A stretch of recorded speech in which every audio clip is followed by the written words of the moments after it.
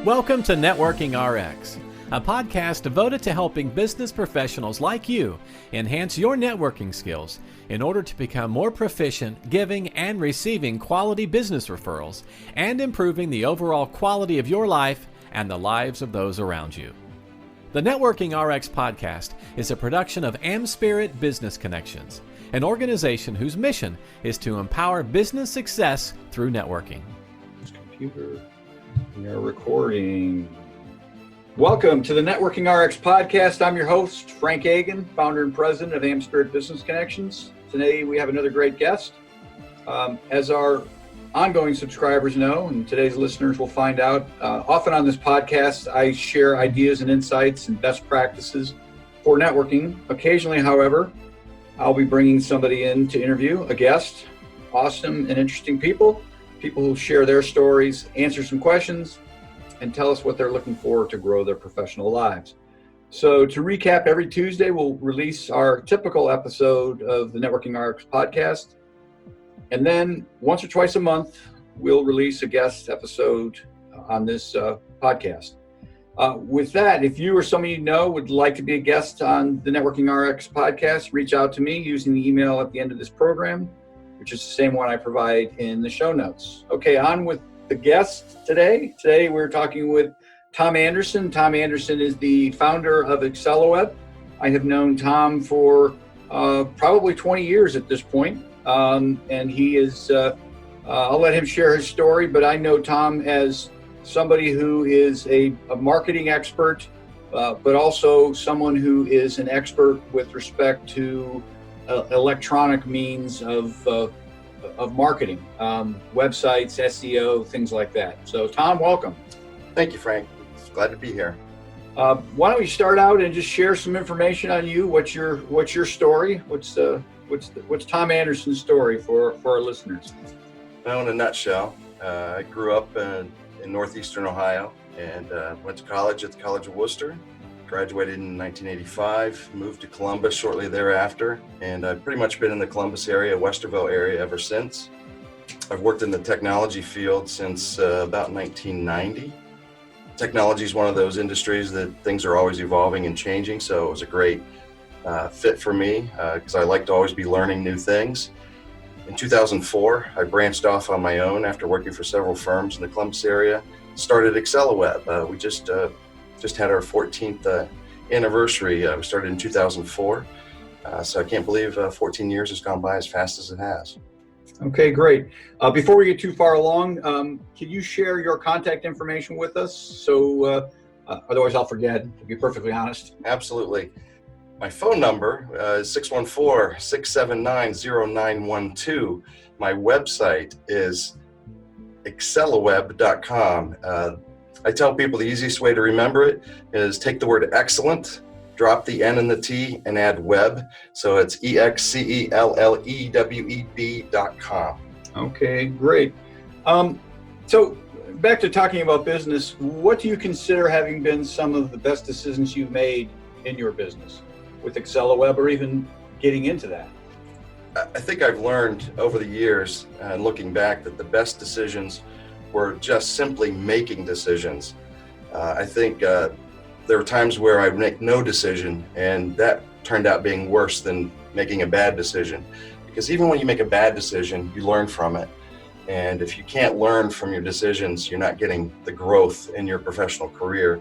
So I remember when I was first contemplating going off on my own, my wife was the one who kind of pushed me a little over the edge and said, I don't want you being 70 years old looking back saying, I wished I would have done that. So she's the one that kind of pushed me out of my comfort zone and said, take risks. So I've never looked back, and now I realize that, every decision is better than making no decision. Oh, that's good. That's good. Well, a question I ponder myself from time to time, but if you had the opportunity to pursue another business or profession or career, what would it be? Obviously, you put a lot of thought into it. Well, I think in my younger days, I always had this dream that someday I'd be pitching for the Pittsburgh Pirates, but I think that window closed quite a few years back. My inability to develop more than 2 pitches probably prevented me from going much further than Division III college baseball. But I think the other thing I've always thought that I would be really good at is being a TV executive, because I can watch the pilot episode of pretty much any show, and I've watched the first 10 or 15 minutes. I can pretty much tell you whether it's going to be a successful show or not. And I've done that over the years, and there's been some times where I remember when Jerry Seinfeld first came out, it had really bad ratings for like the first 6 to 8 weeks, but I kept telling people, give it a chance. It's going to be a good show. And sure enough, it turned out to be probably one of the most popular TV shows of all time. Has there ever been a show where you've said, hey, that's not going to make it, and it has? I can't really think of one that I would say turned out that way. There's been a couple times where I've really thought a show would do well, and it didn't, but I'd say about 99% of the time, I've been a pretty good predictor on shows that do well. So I always had this hope that someday I would get hired by CBS or ABC or NBC, but I never really pursued it. So, there you go. If you're happy, that's all that matters. I know you do a lot of networking. We certainly see each other out and about with respect to networking. This is an unusual or a unique episode. Tom is actually in studio, such as it is. All the other guests I've had so far have called in remotely. But anyhow, I know you do a lot of networking. What do you see as, what's your networking pet peeve? What's that thing out there that just drives you crazy about what others do or don't do with respect to networking? Well, I think I could probably go on an entire list, but I think probably the two most common mistakes I see people making is when they're joining any kind of structured group. They have the idea that I just need to start coming to meetings and all of a sudden referrals are going to fly out of the sky, and land in my lap. They don't realize that to be a good networker, you actually have to give an effort on your end as well. It's almost like if you're planting a garden of vegetables and you expected to have a harvest every summer. Well, you got to plant seeds, you have to water the plants, you have to have fertilizer. Much like in networking, you have to foster and build relationships. They don't happen in a 2-minute conversation. So I see people being impatient, thinking things will come to them without having to give effort going back. So I sometimes feel frustrated when people complain saying, I'm just not really getting what I thought I should get. And they don't realize they're not really giving what they should be really giving either. What's been your biggest challenge in building a productive network? Or I guess I want to get at obstacles you've overcome en route to successful networking. You don't have a business for 14 plus years without having a successful network. Sure. Well, I think I've learned that the most challenging obstacle can be time management. One of my good friends, Dave Smith, I think has said this many times. He said, your greatest investment in networking will never be the amount of money you may pay for dues or fees. It's the time you have to invest in it to be successful. And I think with anyone's network, whether you're belonging to associations or anything like that, or whether you're just doing it on your own, you have to always maintain that network, maintain those bonds and contacts. You can't let people go for 2, 3, 4 years and not stay in touch with them. So you constantly have to be nurturing that networking, making sure that people remember you and you remember them. Gotcha. Well, maybe a similar answer. I don't know. What's some networking advice that you would give a younger version of yourself? Let's call it Tom Anderson 1.0. What would you tell him? I think if I were to go back to my teen years, when I other than develop a third pitch, hire a pitching coach. Yeah. I look back to when I was in college. I wished that I could go back now and just do a little more networking on campus with all the kids that I went to school with, their parents, and their careers that they had. There are probably internship opportunities that I never even pursued because I never asked the question or tried to develop rapport with some of those contacts through those other people that I, met all over the country. Going to a college from a small town, I grew up in a very rural area, which was kind of a self-contained community. But when you go to college, you're meeting people from all over the world, whether it's international students or people from all over the United States. And I just wish that I could go back and, kind of revisit some of those opportunities that, I may have missed because I just wasn't aware of what was around me. Interesting. And you're not alone to have that response, to be perfectly honest. I think we all stumble on networking kind of the same way. I think the bottom line is college isn't built to teach networking. College is built to teach people the nuts and bolts of having a career, and it's really not in, at least when I went to college, and my kids are in college now and I see it, it's still not there. And I think part of the problem is that you have an environment on college campuses where those people really aren't out on the front lines of networking either. So they don't understand it. They've gotten jobs and they're there. Yeah, it's the academia world, but it's not the real world where business is happening on a daily basis. So it's all more theory and instead of practice. Yeah. Okay. We certainly have you talked a little bit about your business. What would be a good referral for you? I don't need a 30-second commercial, but what aspect of your business? What are you focusing on? So, what are you seeing day to day? Well, I think if I look back at over the course of probably the last decade, and the best referrals for me have always been the ones where the person referring someone to me already has a really great rapport and a trust established with that referral they're giving me, because I'm almost borrowing on their relationship when I receive a referral like that. That's much more of a high quality referral for me than getting a referral from someone who says, hey, I just met this guy last night. We were at a chamber event, we talked for 5 minutes and he thought he might need help with a website. That's great, I'll still take it, but it's not nearly as powerful or quality as it would be if that was somebody that he had known for 20 years and there was already a great trust established. So, but in particular, what are good referrals? People looking to build a website? Oh, sure. Yeah, it's people that they either need a new website because their old website is failing them. It's hard to maintain, it looks outdated. Or maybe they do have a great website, but nobody can find it because they go to Google or Bing or any of the other search engines and it's like a billboard in the desert.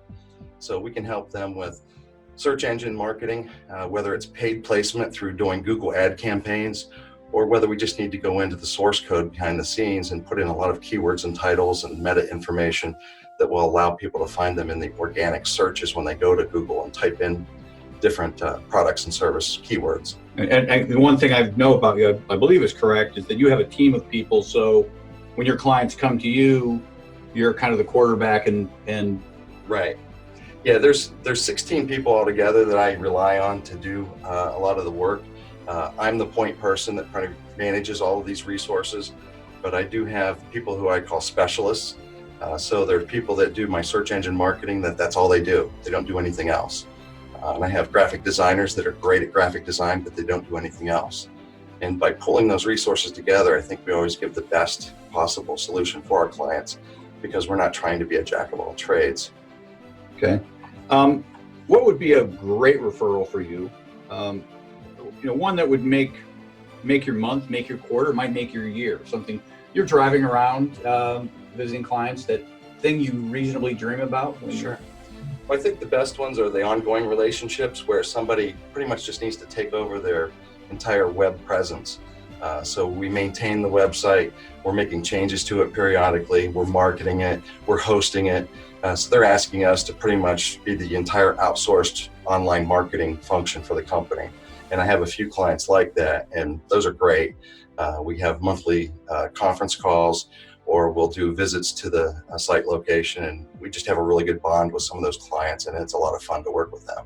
Okay, good. Well, here's the flip side of that.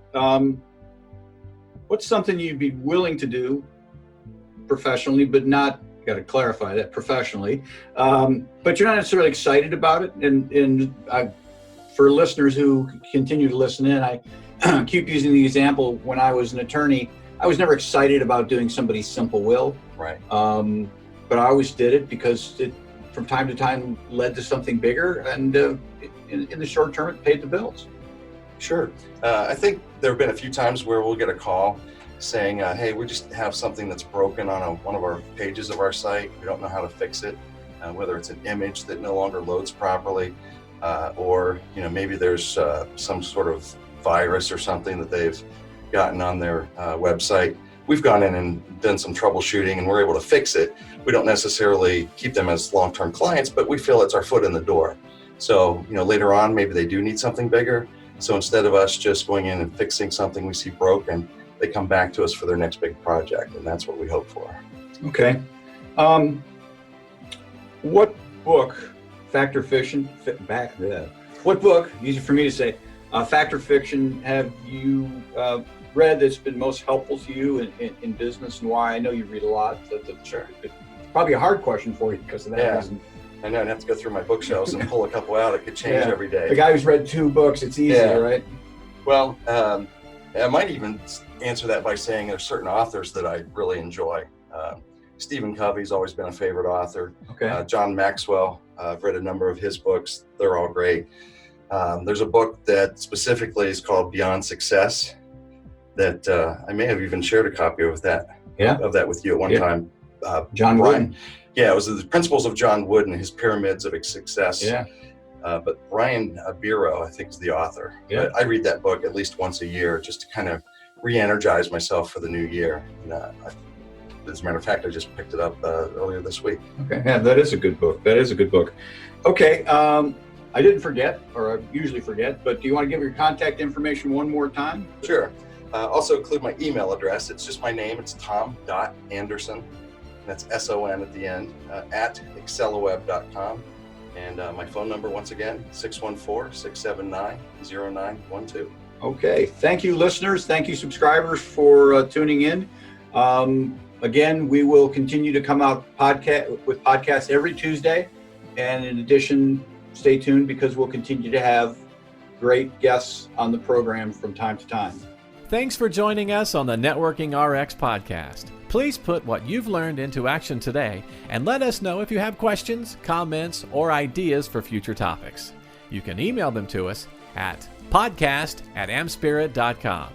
That's AMSPIRIT.com. Finally, so you never miss an episode, be sure to subscribe to the Networking RX podcast through iTunes, Overcast, or however you receive your podcasts. Now get out and network with someone.